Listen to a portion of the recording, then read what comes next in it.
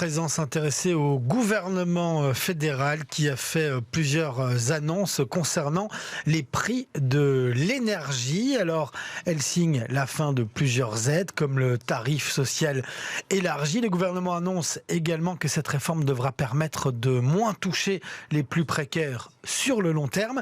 Grégory Yenko, vous nous expliquez en détail toutes ces nouvelles mesures. Oui, ces nouvelles mesures qui arriveront dès le 1er avril prochain. La principale, c'est la TVA qui reste à 6% sur le gaz et l'électricité, avec toutefois une subtilité, c'est la hausse des accises. Alors pourquoi jouer sur ces accises ? En fait, elles n'ont pas le même effet multiplicateur que la TVA et elles permettront donc de limiter les hausses de prix. Ces accises seront aussi diminuées ou augmentées selon les situations. Par exemple, si les prix du marché dépassent les 250 € par mégawatt-heure pour l'électricité et 100 € par mégawatt-heure pour le gaz, un mécanisme sera mis en place pour diminuer les accises. Et à contrario, si les prix du gaz passent en dessous des 45 € le mégawattheure, les accises seront augmentées.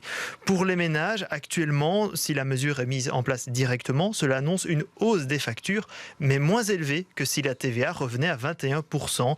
Ainsi, on est sur les factures mensuelles à une vingtaine d'euros en plus, mais sur une facture annuelle, on serait à 300 € de gain sur l'année par rapport à un retour à la TVA à 21%. Oui, et puis le gouvernement a aussi promis de réévaluer la situation si les prix du gaz et de l'électricité augmentent à nouveau. Oui, c'est ce qu'ils appellent une clause de rendez-vous. Si le prix du marché sont trop hauts, la mesure pourra être évaluée, voire retardée.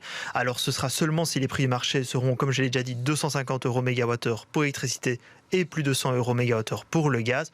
On en est encore loin aujourd'hui, on est à 170 € pour l'électricité, 58 € pour le gaz.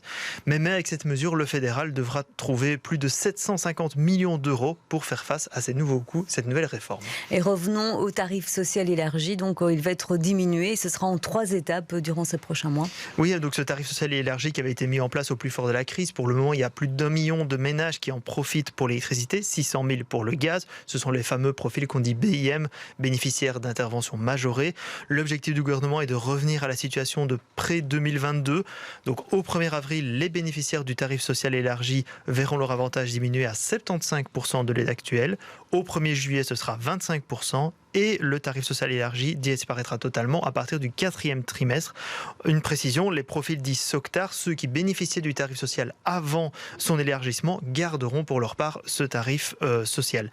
Le fédéral a aussi demandé aux fournisseurs d'énergie de baisser leurs acomptes pour mieux représenter les tarifs actuels, puisque certains acomptes ont en fait été recalculés en 2022 alors que les prix étaient très élevés. Merci beaucoup Grégory Yenko. Toutes ces informations sont à retrouver en détail et tout le reste de l'actualité bruxelloise également sur notre site bx1.be.